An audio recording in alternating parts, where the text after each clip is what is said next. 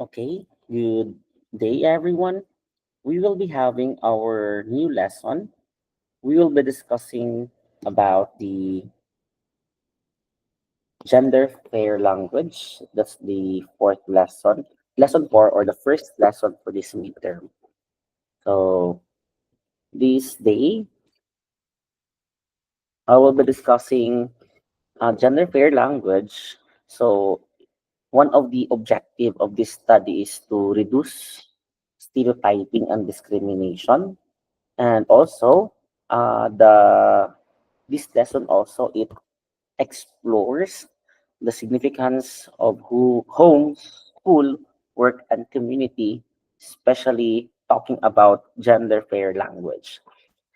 So this gender fair language, it's a way of speaking and writing na hindi biased towards any gender. Also, just like I've mentioned, it reduces types and it helps us to avoid discrimination. And just like what I mentioned earlier, the macro system, no, it is applicable to our macro system, the environment that we have. At the same time, also the micro system, especially the environment we have in our, sa bahay natin. Common example for this one, let me give you a short ideas that example, mankind, no? The word mankind is a word here, man, no? So instead of using mankind, we will use humankind. Another is fireman, no? Instead of fireman, firefighter, chairman, chairperson. So this lesson, no, it includes inclusive language, which is equivalent to respect. So language and gender, language and gender, it's a powerful tool that shapes our society, especially for understanding the world and how we see people. Example, kapag sinabi nating boys are strong, parang sinabi natin na hindi rin strong ang girls. Or, pag sinabi natin girls are caring, parang sinabi rin natin na hindi pwede maging caring ang boys. In reality, no, we need to ensure that dapat lahat may equal chance to be strong, caring, or anything they want to be. Now, why we use gender fair language? Now, what is gendered language? It's when words define men and women indifferently, minsan in a negative way. Bakit natin kailangan ito? No? So, by the way, stop using languages that trivializes or devalues one gender. It's one more important thing. No? Example, career woman. Bakit? Wala bang career man? Man up. Ibig sabihin ng man up, bakit strength lang ba ang panglalaki? Of course, a woman can do that also. She throws like a girl. Yan. No? Mo siyang babaeng bilog. So, hindi ayun. Kasi yung problema no, sa the way girls no throw things. Yan. Kaya nga sinabi ko rin stop using language that trivializes or devalues one's gender. So here, let's discuss no, why is there a need to discuss o kailangan natin ito. First, articulates consciousness. So language gives adherence to basic needs and feelings. Kung always nato ginaingon na women are weak, no? Murag mutuo po ang society sa tua. Kaya words matter. Yan, no? The words that we use no, matters at all. Second, reflects culture. Language verbalizes cultural meanings and values. Kumbaga pa, ang language ay sumasalamin or it mirrors sa kultura natin. And if gender bias ang words na ginamit natin, then the society also, no, maging gender bias din ang mindset nila. No? Kaya sinabi ko, no, it mirrors our language, it mirrors to our culture. Third one is affect socialization. So language impacts how we perceive gender roles. Example, no? Yung, example natin? Kelly, maghugas ka ng plato. Then, another. Mark, di mo kailangan gawin because boys don't do homework. Or, I mean, housework or household chores. In that case, we teach us boys and girls, no? Giving them different expectations, even though we need to treat them equally, even though they are equal. Bakit? Ang household chores ba for intended for women lang ba? No, men can do that one also. Kaya nga, it affects socialization, especially how we perceive someone's gender. Now, there are violations of gender-fair language. First one is sexist language. It reinforces unequal gender relations. Ito yung words na nagpapakita ng inequality. Common example is ang babae dapat nasa bahay lang. And that's a sexist. Microaggression, it was discussed last time, no? Language can be used to abuse. We've mentioned last time, kanang abi ni mong joke ba, but it's offensive para sa tua. No? Just like that.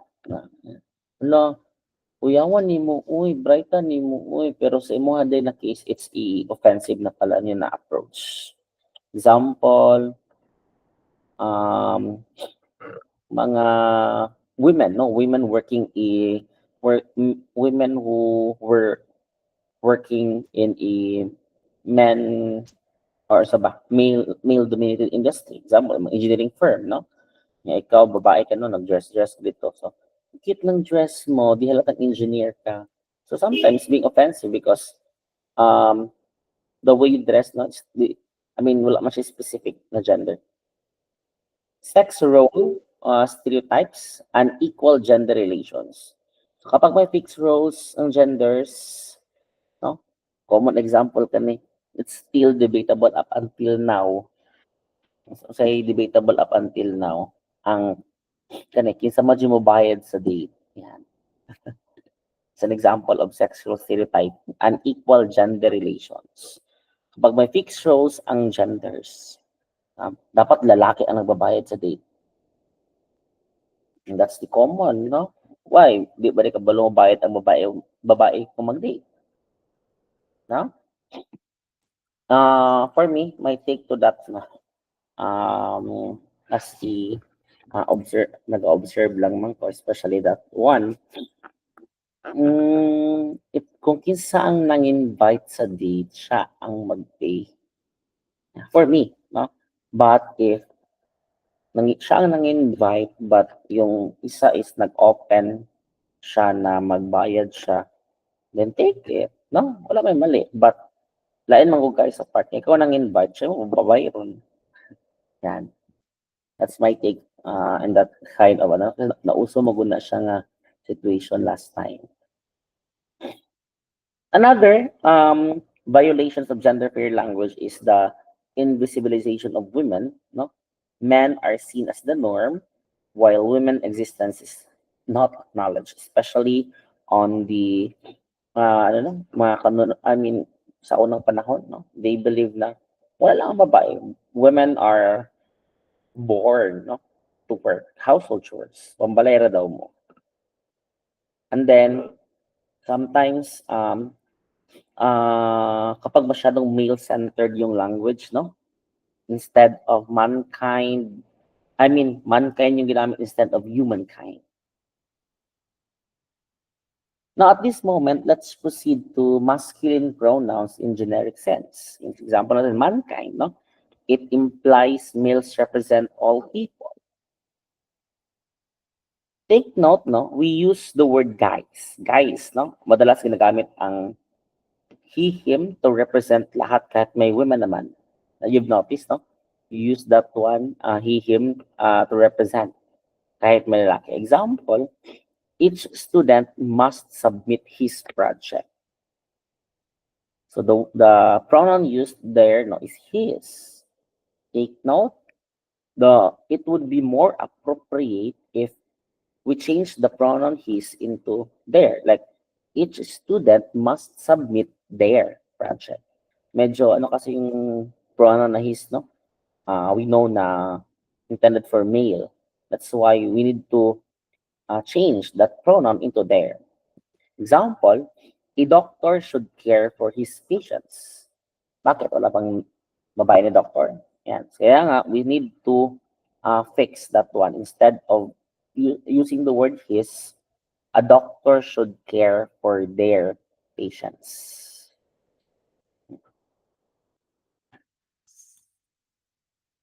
So, take note, no?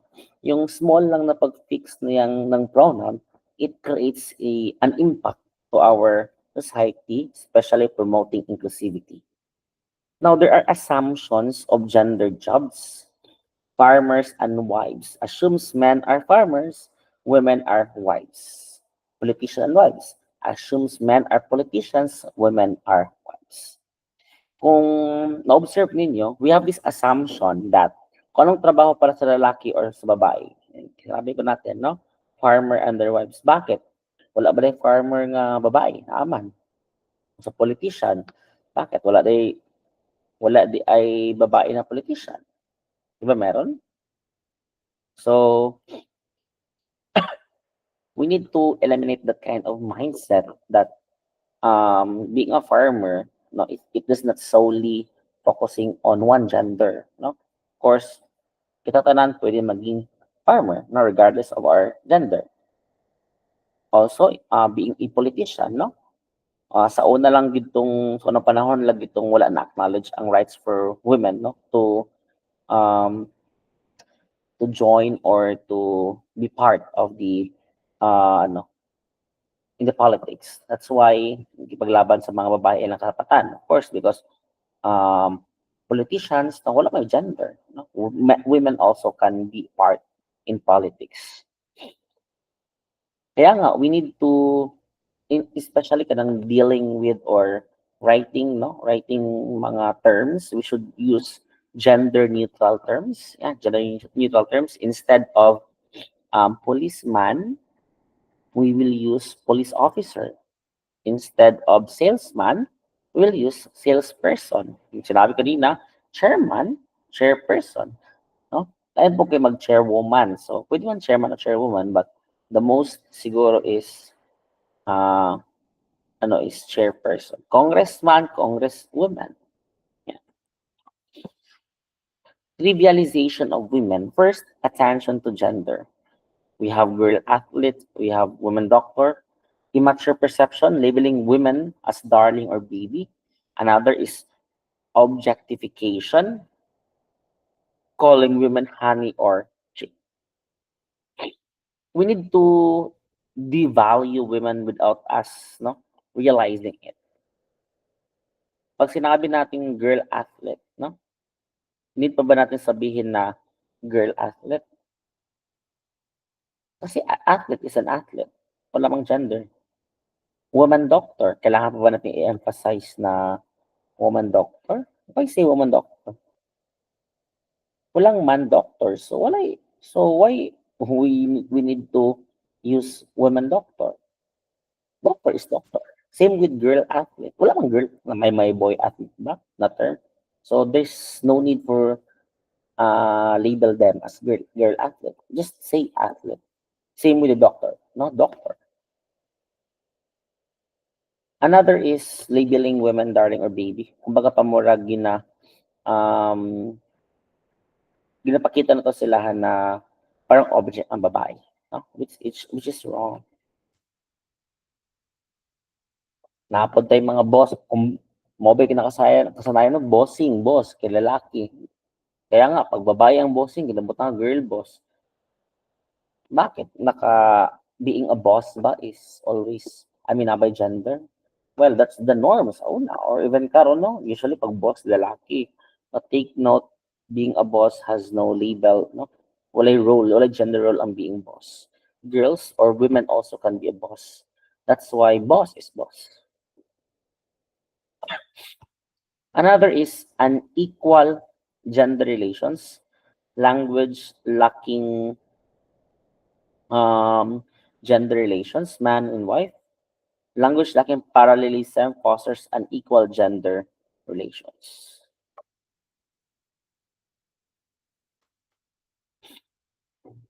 Now, in this society, how do we achieve gender neutral language? Of course, use inclusive language to reduce stereotyping or promote equality.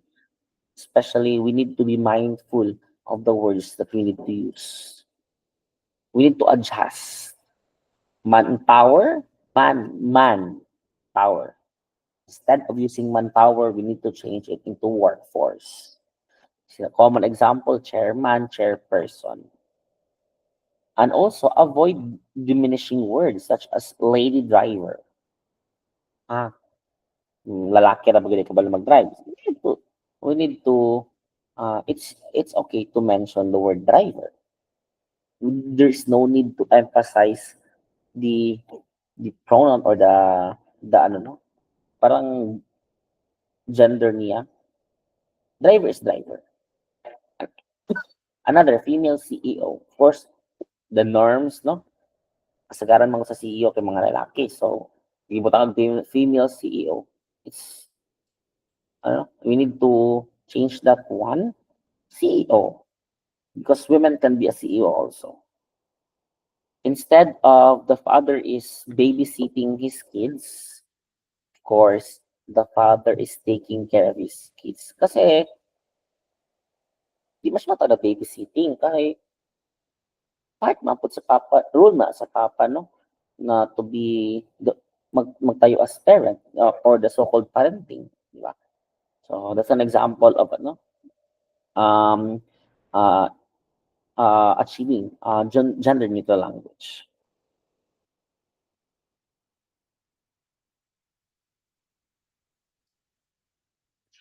So, toward gender fair language, we need to, what are the three, there are three things that we need to, that we can do rather. First is advocacy. We need to teach others about inclusive language. Second, indicators. Check if institutions use gender fair policies. Third is adaptation. Take note language change over time. So we need to keep up and challenge stereotypes and use words that empower. Word gender polarization, adjective usage. Men working overtime are often seen as providers, while women doing the same are labeled uncaring. This kind of polarization highlights how perceptions of individual actions can vary based on gender. Take note that the same action can be judged differently depending on gender. Bitaw, no? Kapansin mo, na pag ang lalaki mag-overtime ang trabaho, well, wow, ang hardworking naman. A true provider. Pero pag babae ang mag-overtime, eh, mura mag ka ng, mura siya ka ng hagin na, ano na, ano ka overtime ka, girl? It's unhealthy, it's uncaring. Ano di ay, being, working overtime, naabay ba siya gender? Or dapat lalaki lang ba mag-overtime? No. No. Same action, same situation, pero iba ang tingin sa mga tao depende sa gender. Kaya society expects women to prioritize family and men prioritize to work. Mamagod ang nakasanayan na ang babae, the ilaw ng tahanan should be the one no prioritizing the family. And in terms of workforce or work, men should be the one na magtrabaho, which is wrong. Dapat both, no? Ang husband and wife, they should work for their family. Of course, ang papa po also, ang lalaki, be a parent also. Hidden assumptions. Sexist perceptions can lead to hidden assumptions in language. For example, the father is babysitting his children, it implies he is not a primary caregiver. Take note, no? Yung part kasi ng parenting or co-parenting yung ano, yung role ng father. Kay, ano, mama ba rin pwede magbantay sa bata? Of course, the father also. No? Hindi ba siya parent ng anak niya? Yan. Kaya nga, taking care of his children instead of the word babysitting, no? The father is taking care of his children. Dili dapat babysitting. Kasi, in the first place, parenting is a shared responsibility for both mother and father. Parenting is both for moms and dads. Na dapat hindi na rin ginaisip that um, na extra job sa mga lalaki ang pag-care sa ilang mga anak. It's not an extra job. It's, again, it's shared responsibility as parent. Identities and naming things. Names and words are shaped how we understand the world. Dati, wala may term sa unang panahon na sexual harassment. Kaya walang nare-report sa unang panahon. Because meron na tayong sexual harassment, ngayon, and that's the main reason mas protected ang mga victims right now. Kapag may pangalan ang isang issue, mas nagkakaroon ng power to address.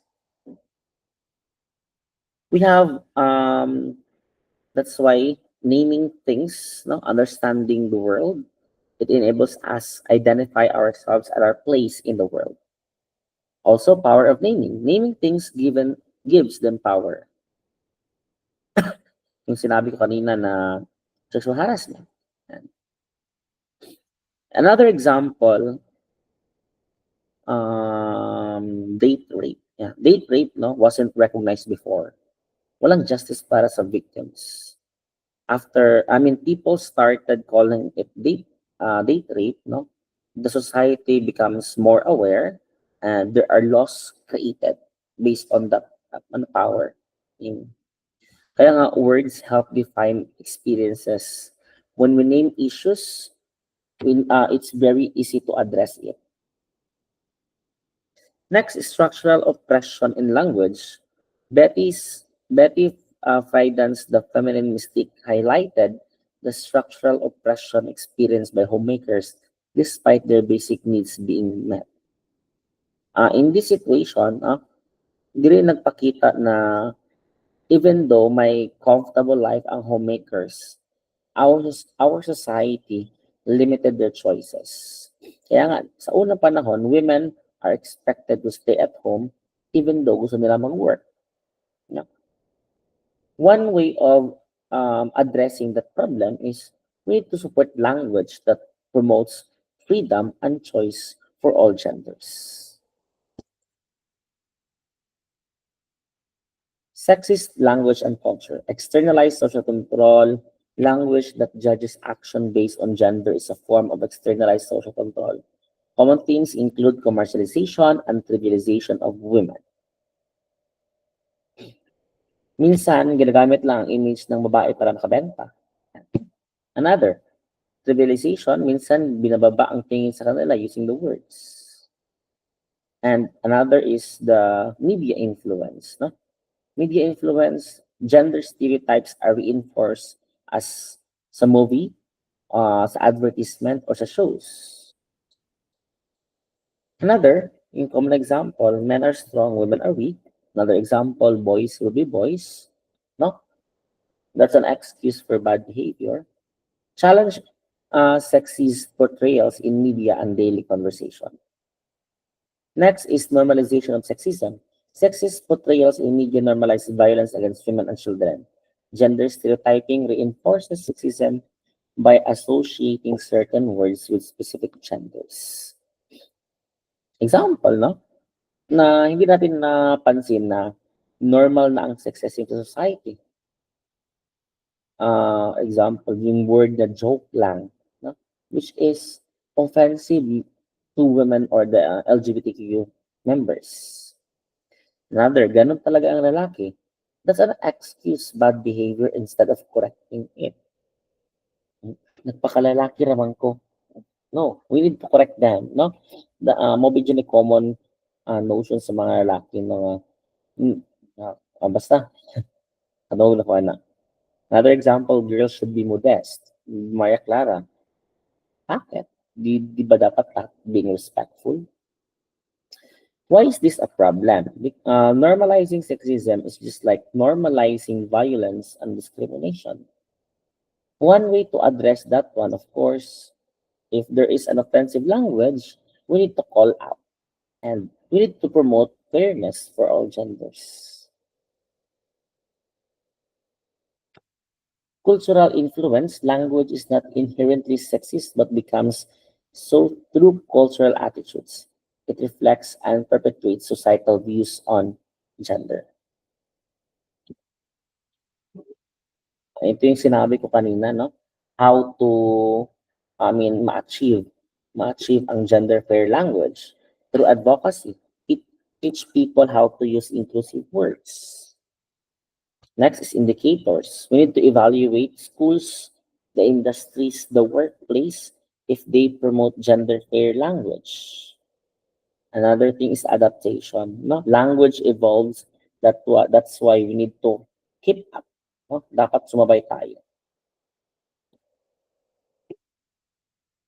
Principles of gender neutral language. Avoid fictitious gender.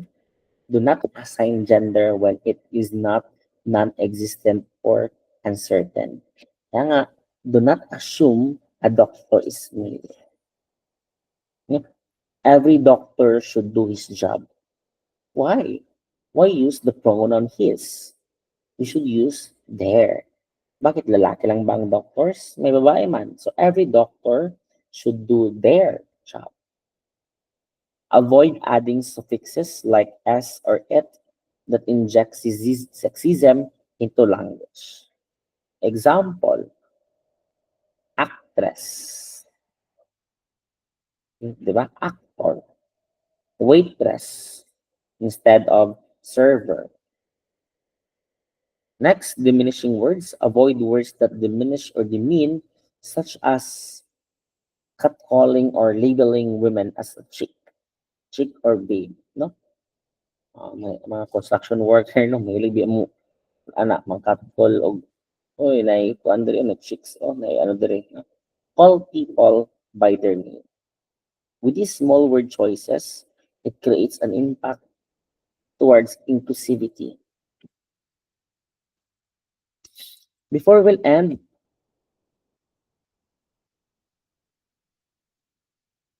there are more principles for gender neutral language. Again, cultural practices, avoid stereotyping and verbal abuse. Cultural practices recognize that language contains sexism due to cultural practices such as adding man to many words. Yung salesman, dapat salesperson. Do not use fixed conceptions that allow for no individuality as people behave according to their self-perception. Take note, no common example, Ana, girls should be soft-spoken. Huh?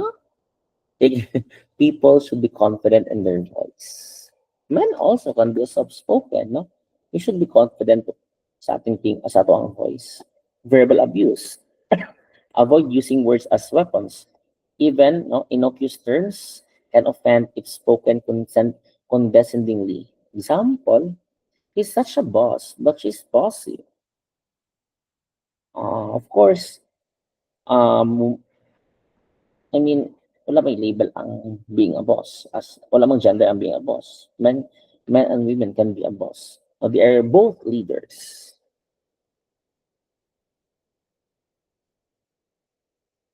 How to be gender fair again? Eliminate gender stereotypes in behavior expectation. Protects against male, female, and girl-boy violence. Listen to what boys, girls, and both sexes say. Avoid the word man. Appearance. Avoid referring women's appearance unless the same adjectives would be used for man.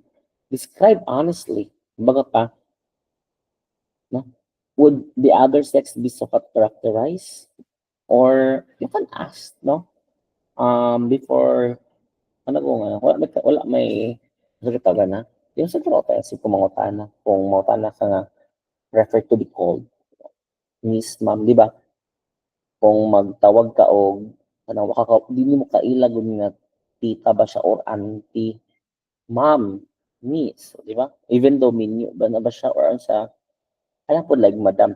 Kaya kung imadam nimo ang wala pa kanang ano kanang batan-on pa kayo murag malain na siya. So instead of using madam or ano, siguro miss, no? Bahalag minyo na siya. Kaya that's one way of showing na respect also. Kay at awan mga kabalo say ano jud proper to be called. Adopting gender-fair language is crucial for fostering culture of equality and respect by being mindful of our words, choices, and challenging sexist language. We can create more inclusive society. And that's why using the language that empowers all individuals, regardless of gender, and promotes a world where everyone is valued and respected.